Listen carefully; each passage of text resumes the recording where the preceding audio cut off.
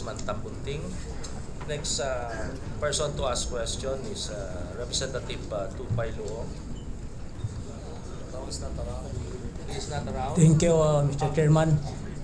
Yes, you are recognized, Kong Luong. Please, you may have the floor. Thank you. Now, this question is directly addressed to General Napiñas. On the basis of your intelligent gathering, General Napiñas, were you aware beforehand that the area where Oplan Exodus was to be executed was populated by various armed groups, including Moro Islamic Liberation Front, BIPEP, Private Army, and other lawless elements? Are you aware of that? Yes, Your Honor. Considering your answer is in the affirmative, how come you did not coordinate with other appropriate government agency like the Armed Forces of the Philippines? Your Honor, yung coordination namin is yung time na nandoon na yung aming operating units. At yun nga ang sinusunod, based na rin doon sa presentation namin na ginawa ko doon sa Bahay Pangarap kay Presidente noong January 9. At kung babasahin ko sa page III po na Board Inquiry Report, paragraph 4 po ito, Your Honor. Napeñas proposed the President the adoption of the time-on-target concept of coordination for Oplan Exodus. Application of the time-on-target concept restricted disclosure of information to a limited number of personnel and until the target is engaged. It appears that Napeñas' primary consideration for adopting the time-on-target of concept was operational security to reduce the risk of having Oplan Exodus compromised. The records show that when the President gave instruction to Chief PNP Purisima and Napeñas to coordinate with the AFP, Napeñas raised his concern that the AFP might be compromised due to intervention of some AFP personnel and the local people and preparation for operations, as I earlier mentioned, Your Honor.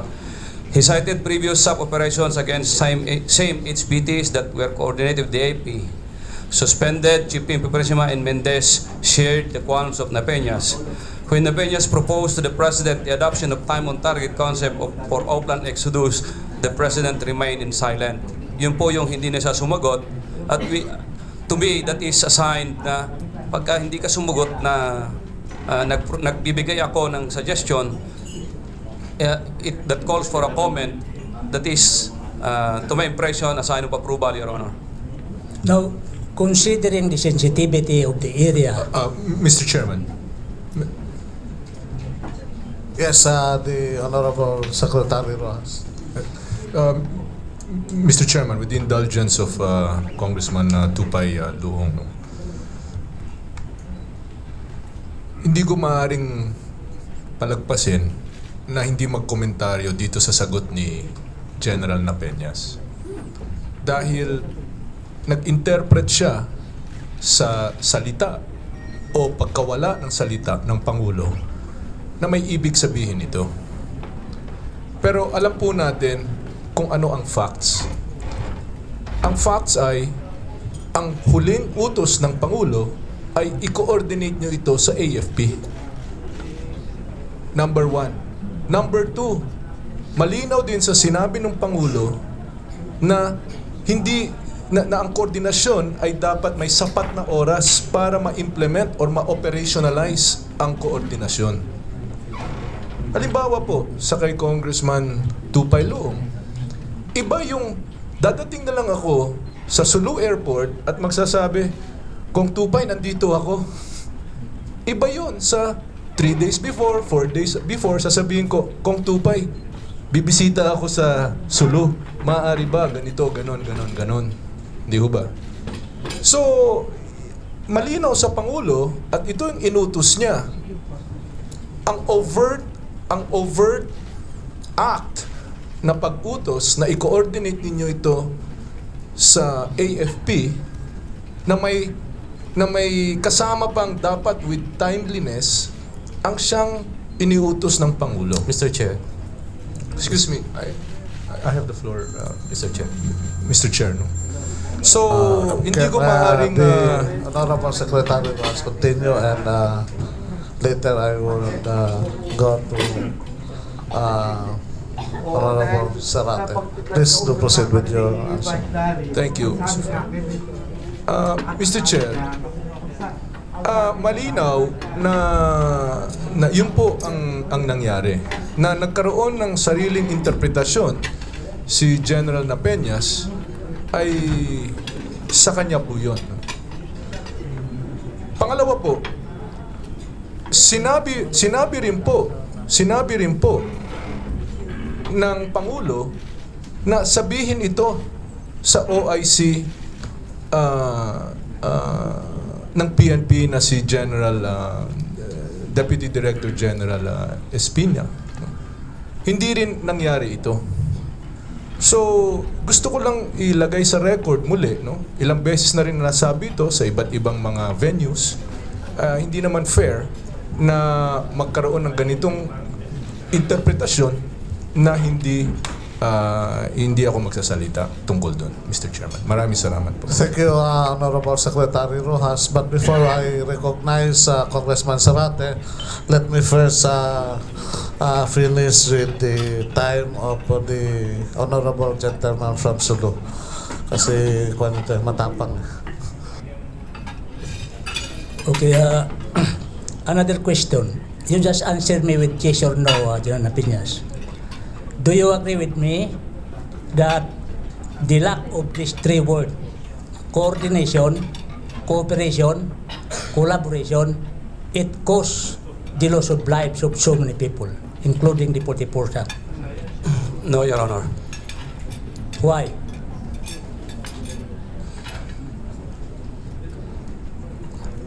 Your Honor, if I may read the report from the BOI on page 27. This is the request for artillery support as early as 7 o'clock in the morning. At 7 a.m., SAP and AFP key officers convened to discuss the ongoing engagement and impending need to support. Mangahis, that Superintendent Mangahis, together with PO3 Belmes, arrived at the Mechanized Brigade headquarters to attend an emergency conference to brief Colonel Del Rosario, and several other AP officers regarding the operation and the ensuing firefight between Special Action Force, MILF, BIFF. General Talino arrived and joined Mangahis in the briefing at around 7:30 in the morning. According to Colonel Del Rosario, he asked Mangahis and Talino about the exact location of engaged troops, the location of most forward elements and the tail element, the location of the armed men assaulting the engaged troops. Del Rosario also asked if their engaged troops observed the presence of civilians in their area. Del Rosario claimed that all the questions could not be answered immediately at that time. On the contrary, Belmes claimed that he plotted the location of the 55th Special Action Company and showed it to Del Rosario. Upon plotting the coordinates of the location, the attendees in the meeting came up to two options: artillery, indirect fire, or infantry, or mechanized reinforcement. Minutes after the conference, Del Rosario reported the plan to Pangilinan, referring to Major General Pangilinan, as discussed during the emergency conference. He sent a message to Pangilinan. Sir, Superintendent Mangahis updated me sa operasyon nila. 2 groups nila were still inside Barangay Tuka, engaged in sporadic fires with lawless elements. As of now, my plans are: 1. Move mechanized to control highway of Mamasapano. 2. Insert mechanized and division recon company to augment PNP SAF at SAF extraction point and to provide supporting fires sa pin down na SAF. 3. Utilize artillery to disrupt lawless firing at SAF pin down as of now about 500 meters from SAF position. Request guidance, sir. According to Del Rosario, Pangilinan responded, okay, good ang number 1 and 2 plan, but number 3 plan about the artillery is hold. until we have complete details about the firefight. If we would recall, in the afternoon when we requested artillery support at about 5:30 in the afternoon, I pleaded and I called up General Purisima through the telephone to assist us so that we will be able to be provided with artillery support. And he told me that I'm going to call General Guerrero. I immediately called General Guerrero, and he said that he's going to call General Pangilinan. Moments later, I saw General Pangilinan in front of me that he's talking to someone in his cell phone, and including General Galvez. Later on, he was already giving guidance to one of his staff to provide artillery support in the form of white phosphorus at about 5:45 or 5:35, 5:40 in the afternoon. At 5:48 in the afternoon, the first white phosphorus landed near the 84th SAC. Two more followed, and minutes later, the firing stopped, and all the attackers of 84th SAC scampered and withdrew. That to me, if that has been provided in the morning in the area occupied by the 55th SAC, considering that they know that the enemies are about 500 meters from their location, that could have disrupted the attacks and prevented so much casualty. The another reason why there are so many casualties among the 55th SAC is the entrance of the IMT and the CCCH at about 11 o'clock. I read earlier already that the DRC withdrew from their position at about 11:30 when the IMT were about to enter the location.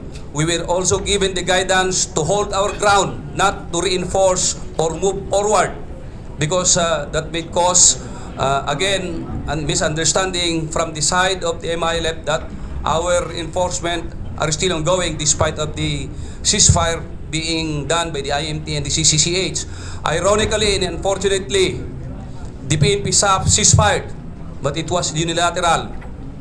The MILF and the other armed groups continued and even took advantage to regroup because of the reinforcement being held for a while, and they continue to attack the SAP troops until such time that they were able to overwhelm the 55th SAC at about 1 or 1:1 in the afternoon. Later on, at about 3 o'clock, after finishing the 55th SAC, the group transferred to the location of the 84th SAC, and they continued to attack the 84th SAC in a different location, and that cost the 9 lives of the 84th SAC. We know for a fact that the 84th SAC, from the time that they neutralized Marwan until such time that they were able to withdraw 2 kilometers from the highway, they only suffered injuries. There was no death among them. It was in the location when they were pinned down 2 kilometers from the highway when the group that attacked the 55th SAC transferred and ambushed them while en route to their withdrawal. So those are the two reasons why we suffered a lot of casualty, Your Honor. And granting that the coordination was done on the day already, or we were asking for help, I believe that we could have done more to help the 55th SAP at that point. Before the Thank you, Your Honorable Noong would proceed with this question, may gusto lang po ako malaman na gusto ko ma-educate din sa part ng AFP at saka sa PNP yung word na coordination. Masyadong kwan kasi, napaka-prominente, no? Saan mag-start yung word na coordination? General Espina, if you could answer it, please. And next, General Katapang po. Coordination, sir, means complete. If you coordinate, you're given the full knowledge of a plan, of anything. So it should start from the very beginning, not yung bandang huli. Katulad dito, nangyari ho rito, coordination pero saklolo na ho eh. Yung sinasabing time on target. I interpret it as saklolo na. Tulungan nyo kami. Parang ganun eh, yun ang nangyari. Can I proceed? Ano ang teka pa, sandali medyo kwan eh. Ano ang purpose ng coordination? If you don't mind, General Espina. For all concerned operating elements to be well informed of what is going to happen, what they expect to happen, what's happening along the way, so that everybody could respond properly according to what is planned. Yes, sir. So if I may, baka magkaroon ng magkaibay ng interpretation yung AFP at for the record, sir. Mr. Chairman, almost the same definition. It's an act of organizing and making different people and organization work together for a goal or effect to fulfill a desired goal or a mission. Yung coordination po, sir, detailed po yan, detailed planning from the start to finish, during, before, during, and after. And then may contingency po yan. Kung halimbawa, nag-fail yung isang approach, mayroon pong kasunod kaagad na gagawin. So it is a very detailed and specific courses of action, and it takes days to plan and to coordinate for an operation, sir. Thank you, General Katapak. Please proceed, Congressman Lohong. Thank you, Mr. Chairman. I disagree with General Napiñas because coordination was done too late. And you cannot expect quick response from the armed forces of the Philippines if you coordinate while your troop is already in engagement with the enemy. So I remain my position that the greatest mistake was encountered in your operation is the lack of these three words. You lack the coordination, you lack the cooperation of other elements like the armed forces and collaboration. So let me proceed to another question. Now, under your command, under your tactical combat strategy, which one comes first? Are you going to send your assaulting team to the main target before the area of withdrawal will be secured? Your Honor, it is both given priority. But the mission here is neutralize Marwan. We had it done. It was done. It was in a withdrawal. If we are going to dissect again and go to specifics, where there were a lot of casualties on the part of the containment or the blocking force, I explained already earlier, Your Honor. As a commander, I think the rear security of the withdrawal must be done first before you will allow your assaulting team to approach where Marwan is located. Your Honor, if you are going to do that, you will never get Marwan. I was explaining earlier that the mere entrance of uniformed vehicles along the Mamasapano from Sharif Agwak, Marwan will immediately be informed by text message. That is also the reason why the containment force cannot be put in place until such time that the assault force are already near the target, Your Honor, because that would be immediately passed on to them and they will just transfer 200, 300 meters away and you will never get them. And that is the reason why these operations rely so much on the operation security, utmost secrecy, and there should be no compromise, because in the past, Marwan was able to get away and he was able to survive for the past more than 10 years in the Philippines because of that kind of arrangement. He has made a lot of contacts. He has put a lot of listening posts or monitoring posts in all different areas of the government, in the community, in all civilians. That's why the reason why we cannot put in place the containment force or the backing force until such time that the assault force is already very near the target, because of the strong possibility that we get compromised and we will never get him again, Your Honor. Now, what happened to the standby force? Because I understand there are about 400 SAP troops under your disposal. What happened to the almost 300 or more than 300 SAP standby force? Why are they not going to reinforce their comrades right away? With due respect to the gentleman from Sulu, that question had already been answered a while ago. Okay, let me proceed to another question. Thank you. It has been asked several times that the American forces is not involved. Is that correct? Can you, Your Honor, can you please repeat the question? It has been asked several times that the American forces is not involved. Is that correct? Your Honor, the American troops were never involved in the combat operation. Okay, may I ask you this question? Is it true that one of the finger of Marwan was cut and it was presented to FBI? Yes, Your Honor. So is that considered as a participation of the American troop? It is a participation, Your Honor, but it is not a combat operation.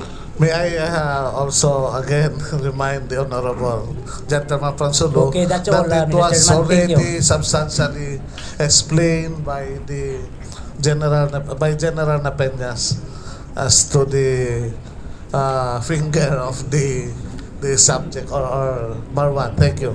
The next speaker, please, is Congressman Bello is recognized. Mr. Chair, Yes, I forgot. Sorry, what is the pleasure of Congressman Sarate? Just a short If, manifestation, Mr. Chair. Certainly, with your respect to Secretary Rojas, no?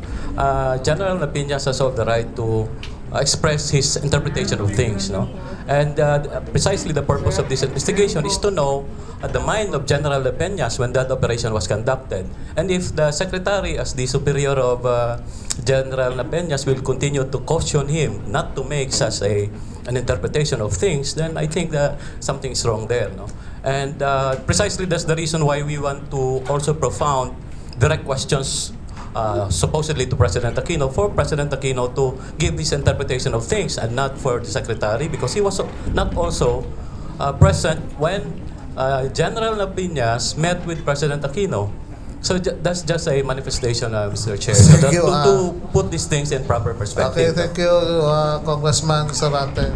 Mr. Chairman, my name was mentioned. May I be Yes, given if I may, a before minute or two? the Honorable Senator Rojas could react, if I may, Secretary Rojas.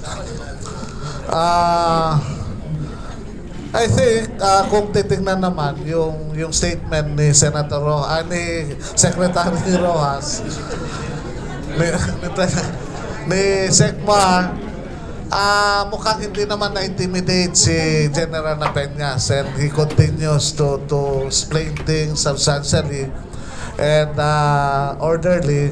So yung impression na nag-influence ng hindi maganda yung statement ni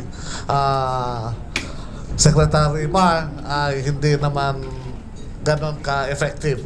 Even as sabihin natin na under sa DILG yung SAF. So if are you still going to say something? Thank you.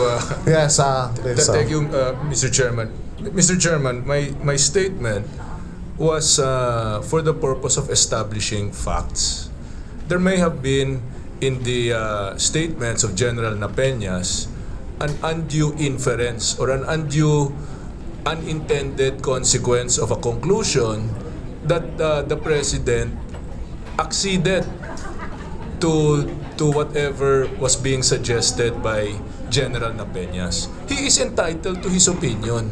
But I just said it on record, Mr. Chairman, that was his opinion. But the fact is, the President's last overt words were, i-coordinate nyo ito sa AFP. Yun ang klaro eh. So, yun naman lang ang nilalagay ko on the record. And as regards the imputation that I'm trying to intimidate General Napeñas or any other person, hindi po yun. Sinasabi ko lang ang katotohanan dito. Thank you, Mr. Chairman. I think we should recognize the Honorable Secretary Bello to continue with this question. Anyway, I already have recognized Congressman Bello. Thank you. May I just add, Your Honor? Thank you, Mr. Chairman. I for the stated promotion. earlier our meeting with the President at Bahay ng If I Pangarap. may advise the good general to please stop talking anymore because I already have recognized the Honorable Bello. Please comply with the ruling of the chairman. Please. Thank you, Mr. Chairman, for the promotion.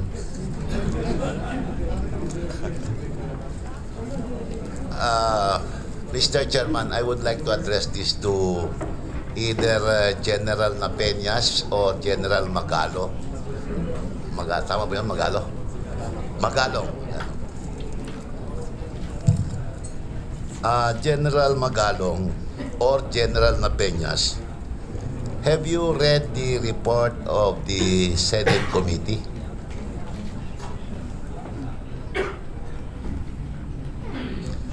Your Honor, I just read the executive summary of the report of the Senate. Thank you, General Magalong. How about General Napeñas? Yes, Your Honor. I read the report. Thank you, General Napeñas. Now, on page 57 of the said report, letter B, let me quote the findings of the Senate Committee. What happened in Mamasapano on January 25, 2015 was a massacre, not a misencounter. The question, General Napeñas or General Magalong, do you agree to the findings of the Senate Committee?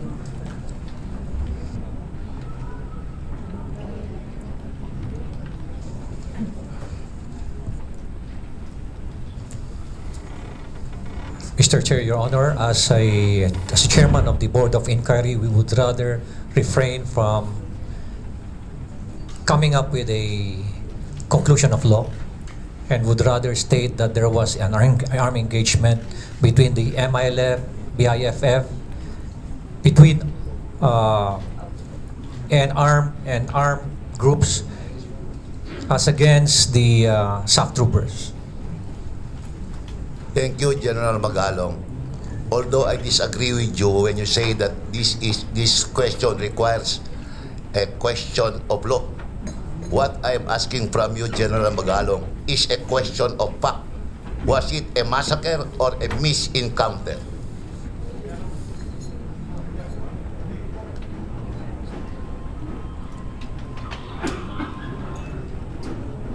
Your Honor, with all due respect, can I just refrain from coming up with a comment or agreeing with that statement, Your Honor?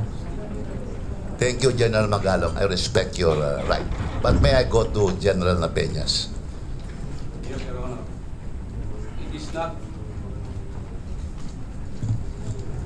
It is not a misencounter. I earlier mentioned that our... No, let me just go first with the misencounter. We plotted a route that is not passing the community of the MILF. It is the MILF who went and attacked our troops occupying an area na open na wala pong mga kabahayan, na wala pong mga lugar na may armado na MILF. They even crossed the river na inattempt nila na puntahan yung tao namin na sa gitna ng maisan.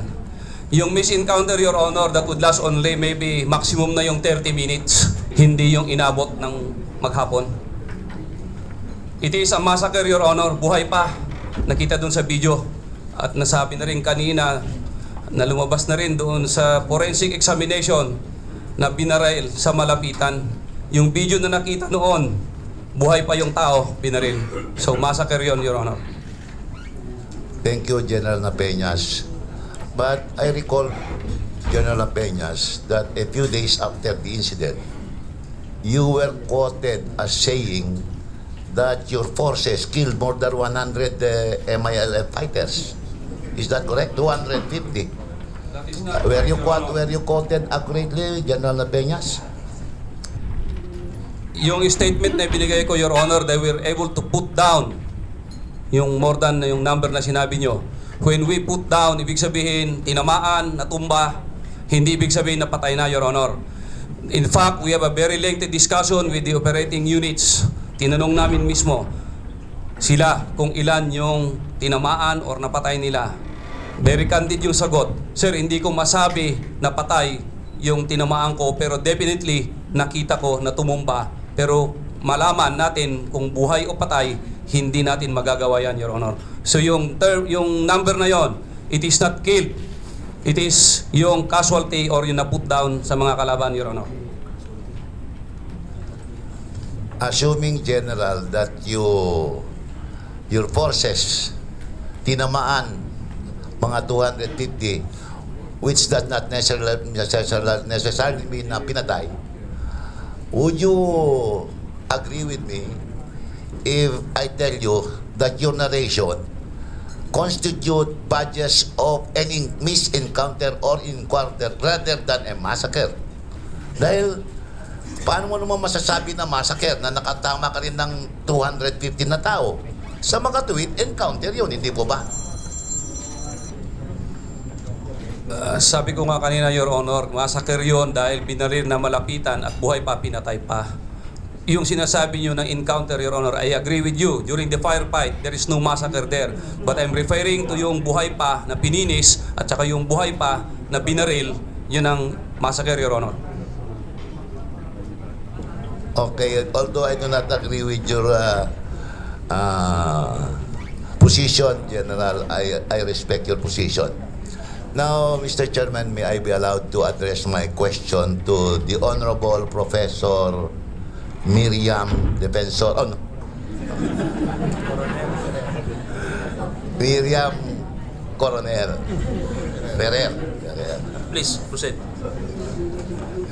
But before I ask my question, Mr. Chairman, may I just go on record that I support the BBL to its logical approval. But it must be a BBL as approved by Congress and not a BBL as submitted to Congress. So, Madam Miriam, were you correctly quoted when you said that non-approval of BBL would result to a bloody war? No, but this is a preliminary question, Mr. Chairman. I was not accurately quoted, especially in the radio broadcast that lifted the pages from the news that was published in the newspapers. Which makes me conclude, Madam Miriam, that your statement was meant to say that it may cause a breakdown in the peace process. Is that correct, Madam Yes, Your Honor. Miriam? Thank you, Madam Miriam. But is it not also true that aside from the BBL, which is actually a product of a signed agreement, which is the CAB or the FAB, so even if we do not pass a BBL, we don't necessarily go back to war because we already have a signed agreement, Madam Miriam. Meron tayong pinirman, meron ng comprehensive agreement on the Mamasapano, and the non-passage or non-approval of the BBL will not necessarily cause the suspension or the breakdown of the peace negotiation. Hindi po ba? Totoo po yun, Your Honor. In fact, if I will complete what I said yesterday in the press conference is that if the BBL is not passed under this Congress, then it doesn't mean that the comprehensive agreement on the Bangsamoro is no longer in effect. It has been the policy of the Aquino administration to adhere to all signed documents between the Philippine government and the Moro Islamic Liberation Front. And it will be the responsibility of the next administration to also adhere to these signed documents. But then again, of course, it will still be the decision of the next president whether in fact to recognize or not the documents that have been achieved in the long history of the peace negotiations between the government and the MILF. So, yun po yung context no ating sinabi. What I said with reference to possibilities is that even if the MILF stays the course of peace, as the MILF panel chair has been saying, that they will not go back to war, they will continue to pursue the peace. My statement was that there is no guarantee or assurance that there will be no fallouts from its organization, and these fallouts might precisely go the way of ISIS-like groups. That was the sentence that was actually the whole essence of what I said with reference to the nature of religious wars, which have been very, very bloody. I think it was in that context when I used the word bloody. And spinners proceeded from there to translate that to dadanak ang dugo, which I did not say, Your Honor. Last Thank you, Madam Miriam. I am glad you made that that clarification for the guidance of Congress. Kasi nasa sa isip ng members ng Congress, natatakot sila na hindi pasa ang BPL dahil baka tayong magiging dahilan ng kaguluhan. Di mo ba? That clarification will guide the members of Congress. But having said that, Madam Chair, alam mo meron kasi mga statement na kapag hindi na aprubahan ng BPL, ewan ko kung sino nagsabi doon, we will be counting body bags. Ha? Sino ba nagsabi doon? Somebody made a statement. I don't know. I don't remember. Congressman Pero, Belio, that is last question. last question. Okay.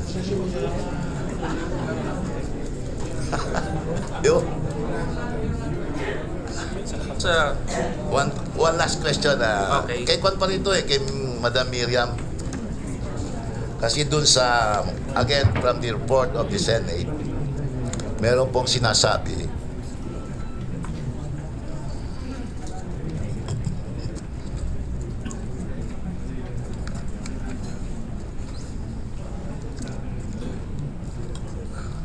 ayan, in page 23 of the Senate report, last paragraph po, it says, intelligence reports indicate that Marwan had been hiding in Mindanao since 2003 under the protection of the Abu Sayyaf Group, the BIFF, and the MILF.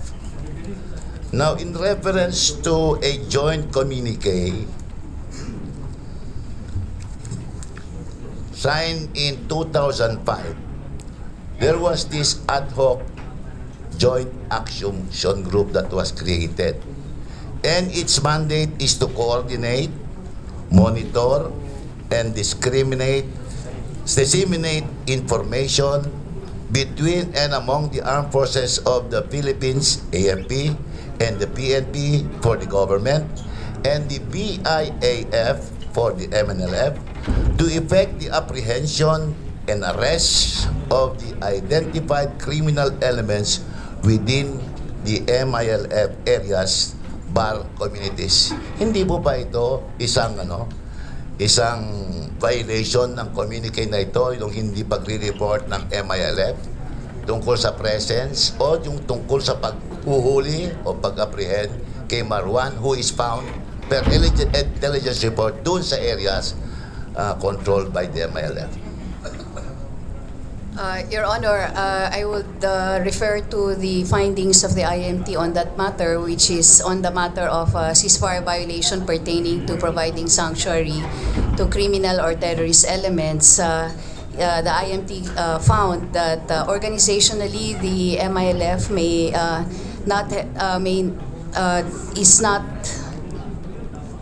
was not in violation of that specific provision in the ceasefire agreement, but there is probable cause to suspect that members of the MILF actually had some knowledge of the presence of Marwan and Usman in the vicinity of the area.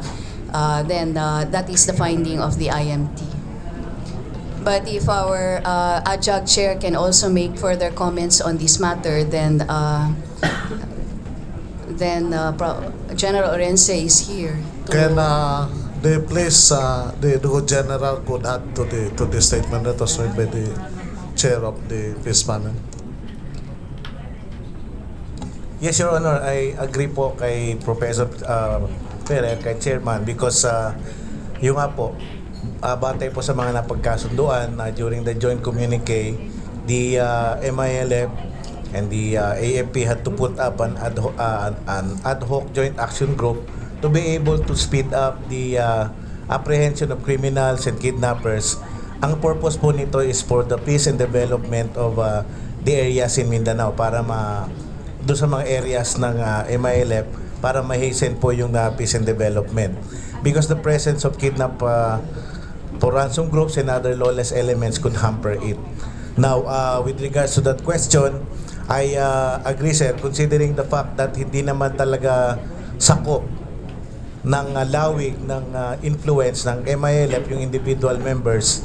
Kung kaya meron po mga individual members na talagang siguro po ay nagbibigay o nagkakanlong sa mga high value targets. But I also believe in my dealings with the MILF na talaga po na sila po ay sumusunod batay po sa napagkasunduan at nalagda ang mga agreement po. Before I recognize the next interpolator, medyo interesado lang ako sa cases na ito. You know, in some areas, may mga cases kasi talaga na may mga grupo na yung presence nila andoon sa area mismo ng MILF. Like in the case of Basilan, dito si General Galvez, there was a time nung nag-operate sila, nakapasok, muntik pati yung 2 battalion commander na aksidente at that time sa intervention ng lahat na pasama ng representative na ito na medyo na sway yung possibility na nangyari kagaya ng Mamasapano. And then may realizations sa part ng OPAP including yung adjunct and so with the MILF kasi itong nangyari nga sa Mamasapano na posible na mangyayari ulit. May mga realizations po ba tayo na ginawa after nung incidents na yun? Kasi nangyari po yung Mamasapano pero nangyari po ito General Galvez sa atin sa Basilan noon. So gusto ko po lang po malaman yung mga bago na draft natin policy with regards to that. Sir, for the information of Your Honors, Your Chairman, before na nangyari po yung Mamasapano, meron po kami secret alliances ng MILF. Ang tawag po namin dito is mushroom diplomacy. The mushroom diplomacy is being used by Israel and also Jordan and also Egypt in order to have a secret arrangement. Kasi sa MILF, pagka po nalaman ng mga kamag-anak nila na nagsasabi po sila ng mga information sa amin, that is a haram sa kanila po. Kumbaga parang hindi po kaaya-aya sa kanila po yung ganon. So nagkaroon na po kami ng secret arrangement and the Basilan model, nagawa na po namin yon na yung mismong mga ASG pumupunta doon mismo sa MILF committee. Because the strategy of the ASG and the BIFF and also Marwan is to really go to the area of the MILF. Why? Because doon sila makapagtatago at saka hindi suspicious na nahandun sila.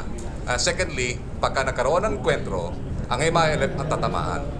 Masisira ang credibility ng MILF. At the same time, magkakaroon sila ng broad-based recruits from the young fighters na magiging casualty ng engagement. So with this, we have some mechanisms that we are improving now. Na magkaroon kami ng tinatawag na low-level special operations, pero hindi natin po masabi dito because it could be detrimental to the security of those people who will be involved on this operation. In fact, yung operations po ngayon ng 6ID, more than 3,600 na MILF were step side. Umalis po sa kanilang lugar, nag-reposition po sa 8 places na yung pamilya nila hindi nila na nakikita for almost 31 days. That is the sincerity of the MILF that they have pero hindi po natin masasabi na 100% na ano po yung ano po nila, dahil kasi meron po silang mga kamag-anak and then sometimes hindi po natin maano po talaga yung ganun na sitwasyon. But I believe the majority and the Central Committee of the MILF is very sincere in really getting Marwan and Basit Usman. Your Honor, pwede po ba? Yes, General Lorenzo. Opo, Your Honor. Actually po, pagkatapos po ng Mamasapano, ang nangyari po is nagkaroon po ng mas matinding koordinasyon ngayon ang PNP at AFP. wise po, doon po sa aking organization, yun pong mga kakulangan namin ng PNP membership, ngayon po, kumpleto na po, at pati po yung core group to which I am the chairman, mga star rank na po yung mga nandoon sa amin sa core group. Kaya ang amin pong gagawin sa susunod na mga araw is magmi-meet po kami at pag-uusapan po namin yung mga dapat na pagbabago tungkol sa organisasyon, and at the same time po sa mga agreements na katulad po ng yung mga revised implementing guidelines at yung po mga malalabong o ambiguous provisions na pwede naming i-recommend para po mapalitan siya at mas luminaw. Kaya yun po, the coordination, what I'm saying is that the coordination between the PNP and the AFP now is basically enhanced and strengthened. Mas mabilis po yung or mas malakas po yung aming talastasan ngayon. And at the same time din po, doon po sa aming counterpart sa MILF, mas madalas rin po ang talastasan namin ng aking counterpart po sa MILF. Ito pong nangyayaring all-out law enforcement operation po doon sa Maguindanao, halos every day po, nag-uusap po kami ni Attorney Dataya at tinitingnan po namin kung ano po ang pwede naming gawin para po lahat po ng aspeto ng operation and at the same time, lahat ng aspeto ng lugar, ma-address po namin pati yung mga problema pwedeng mangyari po. Thank you, General Lawrence. The next to Mr. Chairman, may I... Yes, I was not allowed to make my last statement, but anyway, Mr. Chairman, thank you for giving me the opportunity to ask questions. Thank you very much. okay, the next to interpolate is Scott Lanete. Congressman Scott Lanete. And next, Congresswoman. Thank you, Mr. Chair. Just to veer away from the actual operations, I'm more interested rather with the benefits of the uniformed personnel who fell. After the Mamasapano incident, I noticed that we were left scampering and scavenging for whatever financial donations and aid that we could extend to the different families. I would just like to ask the question to maybe Secretary Rojas and maybe Secretary Gasme if we have mechanisms for which could benefit uniformed personnel who die extraordinarily in service, or maybe who got injured, or those who are included in the operations. Sir? Thank you, Mr. Chairman. Mr. Chairman, with your permission, to the query of Congressman Scott Lanete. There are automatic mechanisms to date as of April 6, yesterday. The following have already been released, no? And I will mention it per source. From the President's Social Fund, 44 checks amounting to 11 million pesos, each one at 250,000 pesos per family. From the PNP, special financial assistance as well, and this is also automatic, 44 checks amounting to 7.682 million for each one. This is dependent on the rank of the person, while the President's Social Fund is equal irrespective of rank. There is an automatic commutation of all accumulated leave allowances. So this amounts to 9,604,000 that have already been released. From the NAPOLCOM, there is a burial and gratuity automatic 56 checks amounting to 14 million pesos. In addition, the PNP pension, this is automatic, that is received, which relatively equates to their monthly salary, no? Whatever was their monthly salary, every month about 1,200,000 is released, and likewise NAPOLCOM 29 checks for 490,000. In addition,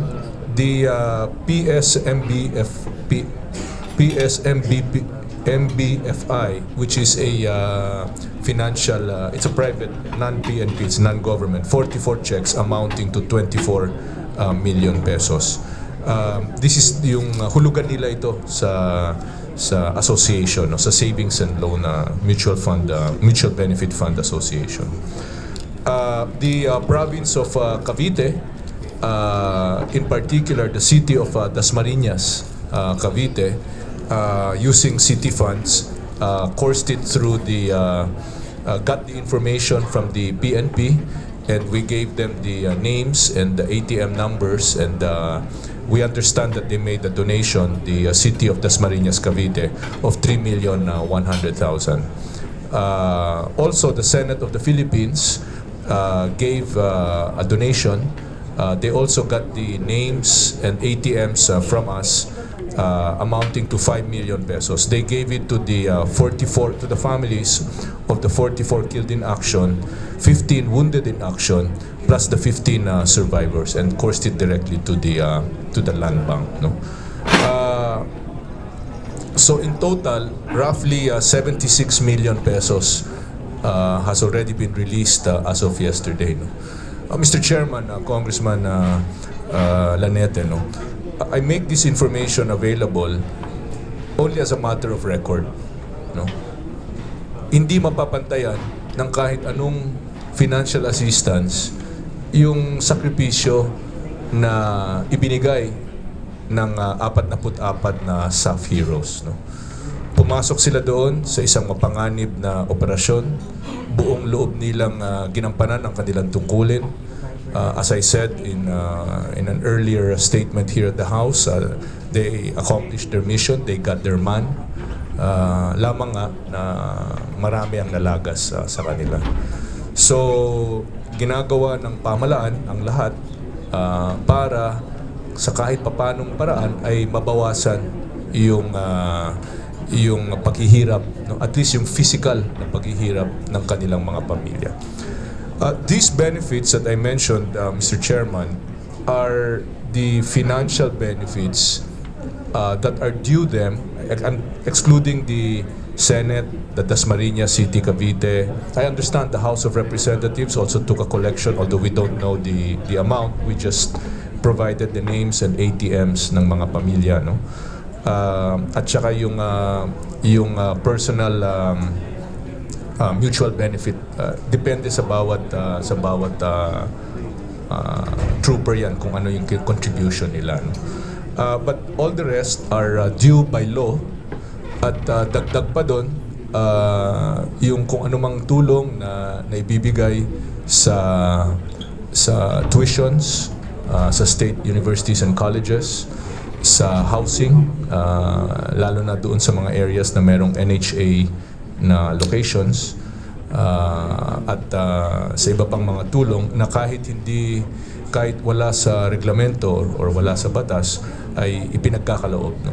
In fact, I have designated a two-star, no, Director Rolly Puruganan, who is the controller of the PNP, to oversee this entire operation. Nang sa ganon, hindi mahirapan ng mga pamilya, ang mga byuda, ng mga widows. So, ang patakaran ay kung anumang mga pag-follow up, PNP ang gagawa ng pag-follow up para hindi maabala ang mga pamilya sa pagpabalik-balik ng papel or may kulang na ganito or kailangan i-xerox ito o kung ano man. Each of the families ay na-assignan ng isang attending officer, no, or attending personnel para may liaison sila kung anong pangangailangan nila, ay may matatakbuhan silang magpapaalam sa kinaukulan. So again, this is just a matter of fact. Hindi po ito ibig sabihin na mapapantayan ito yung pagdadalamhati ng mga pamilya, at kinikilala natin yung sakripisyo na ipinagkaloob ng SAF. Thank you, Mr. Chair. Thank you po, sir. Yung sa Mamasapano po kasi, I'm concerned with what happens next. Kasi po, yung Mamasapano, medyo maingay po siya. It's a big mission, it's a big operation. So everybody around the world knew what happened. So I think that's where the outpouring of support and donations come in. But I'm just wondering, how about the rest of the uniformed personnel? Halimbawa, may na-ambush po o kaya may fireman po na namatay na dahil sa sunog. Pwede po kaya natin gawa ng counterpart yung mga itong personnel na to tulad ng sa Mamasapano, kahit hindi po ganun kalaki, pero kung can we make a mechanism for the benefit of the families who are left, kung sakali mamatay po sila or they get injured along the way.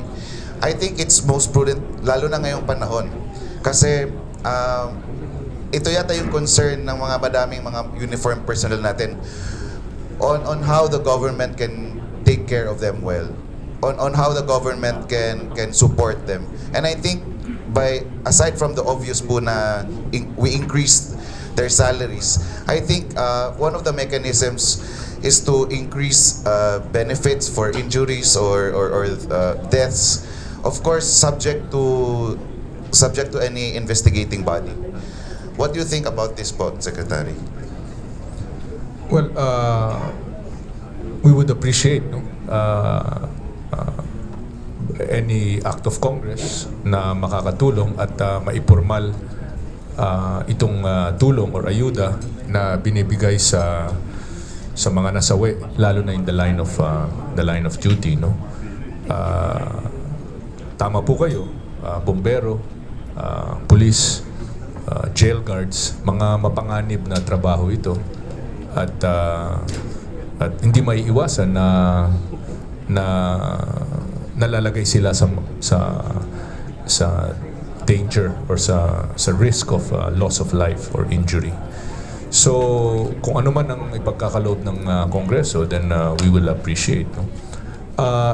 Dito sa 44, malaki ang outpouring. Tama po kayo dahil naisa publiko ito at saka nakuha yung suporta ng ating mga kababayan. Various newspapers have had fund drives. Yung mga broadcast networks also had fund drives. Hindi na namin alam, diretso na sila sa mga pamilya. Yung ibang mga civic groups and associations nagkaroon din ng mga fund drives, no? But you are right, there are many others, hindi lang police, pati sundalo, bombero na in the line of duty namamatay at hindi ganito ang suporta na natatanggap lang nila yung nasa batas. In fact, merong isang halimbawa, no? And I'll turn it over to Sec Volts because it's more in his line, no? Merong police outpost sa Mati, Davao Sur, no? Na inatake ng NPA, no? Sa awa ng Diyos, wala naman nangyari sa PNP na nagmaman nung Mati Police Station. But yung AFP na rumiresponde, na nakasakay sa truck, no, na patungo doon para rumisponde, ay nasabugan ng IED. Namatayan yung AFP doon, no? So this is an example na talagang nagko-cooperate yung dalawang ahensya at in both instances nalalagay sa panganib at saka namamatayan ang ating unipormadong hanay. So on the part of DILG, sa BFP, sa BJMP, tsaka sa police, we would appreciate the formalization of this aid. And then Sec Volts, I'm sure will want to say something about the armed forces side. The part of the armed forces, yung mga benepisyo ng officers at saka enlisted personnel halos magkapareha. Yung namamatay na officer, nagkakaroon ho ng special financial assistance coming from the Office of the President in the amount of 250,000 pesos. Tapos meron pong housing assistance ng 180,000 pesos. Death gratuity, 6,000. Additional incentive ng MBAI na 50,000. at burial assistance amounting to 68,700 or a total of 554,700 for the officers killed in action. Yung enlisted personnel po naman, yung special financial assistance coming from the Office of the President is the same amount, 250,000. Yung housing assistance, pareho rin, 180,000. Alay sa Kawal Foundation Incorporated, may 30,000. May death gratuity na 6,000. May additional incentive ng MBAI na 50,000. At yung burial assistance na 68,700. Or a total of 584,700. Makikita po natin na mas malaki yung natatanggap ng enlisted personnel na namatay, killed in action, kesa sa opisyal. Ngayon, sa mga wounded naman, yung officer enlisted personnel, pagka major injury, ang nanggagaling ho sa Office of the President is 100,000 at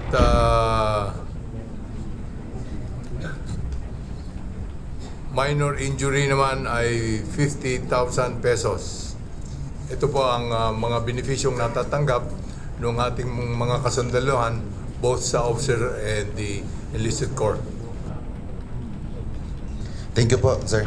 So, may I suggest? Sorry, Mr. Chair. Okay. Just for the record also, that the House of Representatives gave 5.3 million para sa SAF widows under the leadership of Speaker Belmonte. Yes. Thank you, Mr. Chair.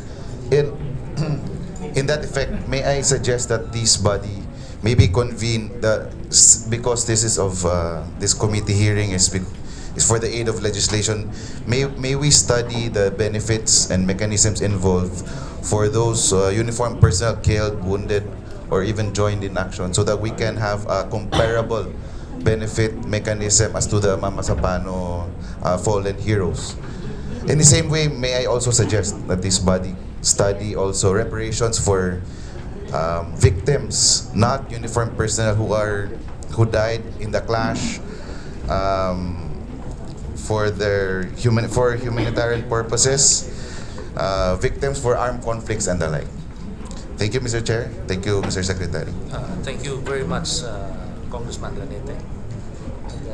Yes, the next person to ask question, Congresswoman Cuango. We have the floor. Good afternoon, Mr. Chairman, and to all our guests. Good afternoon. I'd like to ask Secretary Purisima. Here we go again. General Purisima, good afternoon po. I just wanted to ask you, on that fateful day of the 25th of January, where were you po, General Purisima? Your Honor, I was in Barangay Magpapalayok, San Leonardo, Nueva Ecija. You were, kindly repeat and speak louder po. We can't hear you over here. Your Honor, I was in Barangay Magpapalayok, San Leonardo, Nueva Ecija on 25 January 2015. Okay. See, kasi this is the big question mark in my head po. You were in Nueva Ecija, and based on the BIOI report and the Senate report, the people that are liable for what happened in this Mamasapano massacre are you and Napeñas po. So, this having been such a secret, big-time, high-value targets were being apprehended. I mean, were supposed to be caught by the SAF. And if you were supposedly in charge, why you were in Nueva Ecija? Why were you in Nueva Ecija po? And why was the president in Zamboanga? Your Honor, on 24 January, I was the guest speaker for the installation of officers of General Llanera Memorial Lodge. No, excuse me po. Let me clarify. Let's not waste the time, General Purisima. What I want to know is, never mind what you did there. The important question here is, if you are the one to blame and you are the one that is giving the directions to the President on what should be done in this Oplan Exodus, why were you in Nueva Ecija? I don't care what you did there, but don't you think it makes sense that such a big operation like this, you should be, and you're in charge, you should be where the President is? That's all I want to know. Your Honor, I was not in charge. That's why I was not with the President. You are not in charge. Okay. Yes, Your Honor. So, but he said he was calling you, right? Texting No. you? Texting you. No, Your Honor, I was giving information and he was responding to my information, to the information. So, okay, so I given him. if you weren't in charge, so the President now was in Zamboanga with Secretary Gazmin, General Katapang, who else pa? Secretary Rojas. Hi, good afternoon po, Secretary. Gazmin, Katapang, Rojas, and Guerrero. Are you Guerrero po? You are Yes, Your a Honor. Lieutenant General, right? Yes, ma'am. So, he is handling this, the President is supposedly in Zamboanga because there was a bombing and that he wanted to know what was going on. That's why you were all there, right? Secretary Mar, you said you didn't know anything about the Mamasapano, right? That's correct. So, none of you knew about Mamasapano? I mean, General Espina, where were you po? Manila, ma'am. As OIC, if General Purisima did not know, you were in Manila naman. You also did not know. No, ma'am. Zero.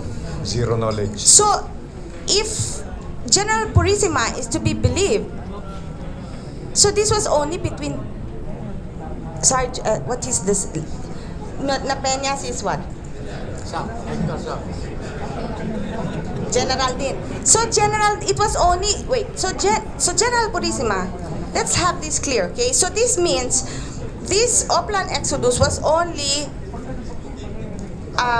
executed by General Napeñas and you over the text messages? I mean, you said you were not in charge. So it's only General Napeñas and the President? You mean to say General Guerrero, Lieutenant General Guerrero, Lieutenant General Secretary Gasmin, General Katapang, and OIC in charge of PNP, none of you knew a thing. Nothing. No, I'm not asking you, Mar. I'm sorry, Secretary. I'm asking the PNP and the AFP. Those that were with the President in Zamboanga.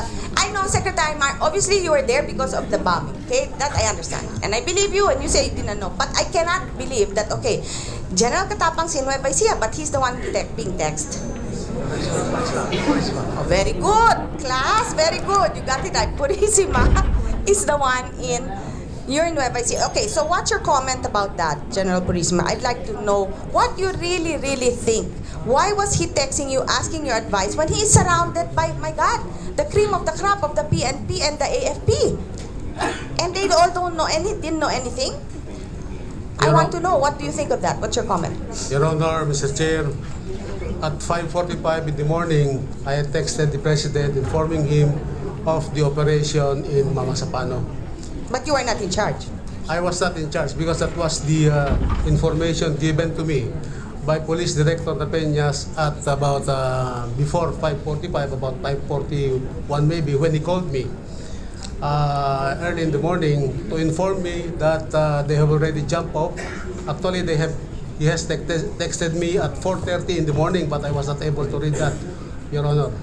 Okay. May I remind So who told you that it happened at 5:45?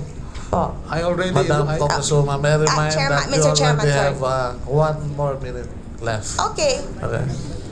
Your Honor, Madam, Mr. Chair, it was Police Director Napeñas who informed me that the operation was already... Okay, so that you stop there po. So Napeñas, General Napeñas, you were only having communications with General Purisima, correct? Yes, Your Honor. Why? Why only him? Who told you to only communicate with him? That started all the way in April 25 of 2015. No, but Your Honor. obviously before that, or the day before this big grand operation, you obviously were talking to someone, right? You just didn't decide to go to Mamasapano and okay, start at 3:45. Yes, Your Honor. If I may Who was giving you send the direct? background. Why were you only reporting to him?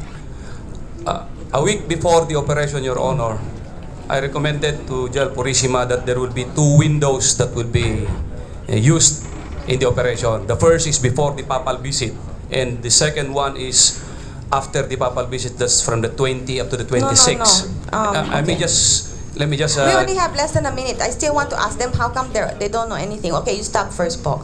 Anyway, you already said a lot. May I remind po the Yes po, Chairperson. You only have one question to ask, and that's all. Okay. So I only have one. One Pardon? question po. One question. So the answer is not included in my time. Ay, salamat. Don't include now what you're telling me, ha? Subtract Isang yun question po. na lang po. Isang question na lang Okay. po. So now, General Lapenas, you can answer pala. You're not counted pala in the time. Thank you po. Thank Yes, you, Your Chairman. If I may continue with what I'm saying, dalawa po yung windows na inirecommend ko. Una po na window is yung before yung papal visit, at yung pangalawa yung 20 to 26. However, ang inirekomenda ko talaga na petsa is yung second. Dahil po doon sa guidance ng Presidente, nagdagdagan yung tao. Okay. Yung tao na ginamit namin ng pag-secure doon sa Tacloban ay idadagdag doon sa gagamitin dito sa Mamasapano operations. Kaya na-comply namin yung nadagdagan yung tao. At sumagot si General Purisima na okay yung second window. On January 19, nag-text po si General Purisima sa akin at tinatanong kung ano yung plano. Sinagot ko po yung text message niya, Sir, mag-move yung manggagaling Zamboanga on January 21 and 22. Darating sila, it's either 21 and 22 sa Central Mindanao. In time for the preparation at saka yung execution ng second window, which is obviously mag-umpisa na ng 23 to 26. Supposed to be execute ng 23, Your Honor, kaya lang maraming movement ng MILF doon sa area, kaya naging 24. But my question is not been answered pa rin, General Peñas. My question talaga, it's the same question. I just have to clarify because he's not answering. Last. No, I have another question. This is the same question that he's not answering. But you already have consumed the time po, ma'am. So you only have one last question to make. Yes. Okay. But can I clarify this? That is the last. Because I'm asking, why were you taking orders from General Purisma? Who told you to take orders from General Purisma? Is it General Purisma himself? Your Honor, on January 9, yung meeting namin doon sa Office of the Presidente sa Bahay Pangarap. At paglabas po namin, nauna kaming lumabas, naiwan po si General Purisima with the President. Paglabas ni General Purisima, sinabihan ako, saka naman sabihan yung dalawa, ako nang bahala kay General Katapang. From then on, kaya kumukuha pa ko sa kanya ng mga ganyan na utos at saka yung mga ganyan na impormasyon hanggang sa sinasabi ko yung text messages namin nung before, yung sinasabi kong dalawang So window my at saka last yung question January now 19, Your po, Honor. I'm sorry to cut you short, General, just trying to ask as much as I can with the time I have. So General Espina, what time and what did you do when you found out? At what time did you find out and what did you do? 5:50 in the morning, ma'am. What time? 05:50, 25 January, ma'am. And why didn't you take over? At that point, I understand our SAF 44 were still alive. If Yes, it was ma'am. 5 in the morning. Chronology. Why didn't you take over po? Yes, ma'am. 05:50, General Purisima calls me up telling me, Bok, nakuha na si Marwan. Sagot ko, ganun ba? Something like that, sir. Ma'am. And then, I read, he sent me a message, General Napenya sent me a message. I think he sent it a few minutes before, saying, without mentioning Marwan, high value target, that they are operating to that effect and have been successful. So I said, congratulations. And then the second message that I read was that they were asking for help already. Napapaenkwentro, ma'am. 6:04 or 14 minutes thereafter, I called up General Guerrero. Sabi ko, tulungan mo naman yung mga bata. napapa-enkwentro. Lilink up ko kayong dalawa kasi hindi ko alam mga details. You're saying that you didn't take over because you thought everything was good at 5:40. Yes, ma'am. Wala akong Yes. 5:50. So you didn't find out. In other words, because my question is, why didn't you take over? Because you already knew there was a problem, right? Ma'am, inaano ko ho. I told the General Guerrero, sabi ko sa kanya, 6:04, 14 minutes thereafter, ma'am, nung na-receive ko yung call ni General Purisima, tulungan mo ang mga bata ko. Sabi niya, ano yan? Hindi rin niya alam, ma'am siya na West Mincom. Wait a minute. So this was what time? 6:04. You were in Zamboanga, General No, not yet. Tapang. No. It was you, General Guerrero. Yes, ma'am. So you were in contact with each other? Yes, ma'am. Silang dalawa? Ma'am, And then- General Guerrero is the overall commander on the ground at West Mincom. And So sinabi mo sa kanya, tulungan mo ang aking mga bata. Yes, Why? ma'am. Why did you say that? may I At that remind- point, at that time, what did you know at that point at the time? May I Napapa-enkwentro na sila, ma'am. May I remind the congresswoman that the time allocated for her had already been consumed. We have to really Let him na lang recognize that. answer. That's not counted in my time. Or you No, answer but you SB. already have consumed really the time that was allocated to you, ma'am. And sorry, we have to go to another interpolator. So- But can you please Can you at least answer my last? question? Yes, Yes, ma'am. answer What, those, ma'am. which was, why didn't he step in when he knew there was a big problem? That was my question, Mr. Chairman, just to clarify and not to take up more of your time. Why did you not step in when you found out there was a problem? kasi ma'am, truthfully, hindi ko alam kung ano nangyayari. Napapa-enkwentro lang. Yun lang. But I see, you have no idea. Wala, ma'am. Zero. I was kept out of the loop. Don't you feel like resigning? Thank you, Congresswoman. Maybe- If Maybe together with the secretary, ma'am. if Yeah, Secretary Mar, don't you feel like resigning? thank you po. The next two. Can you please include me in the second round? Yes. I will assure you of that. The next to Thank you, interpolate Chairman. is Deputy Speaker Padilla. If he's next is Rep. Mark Mendoza.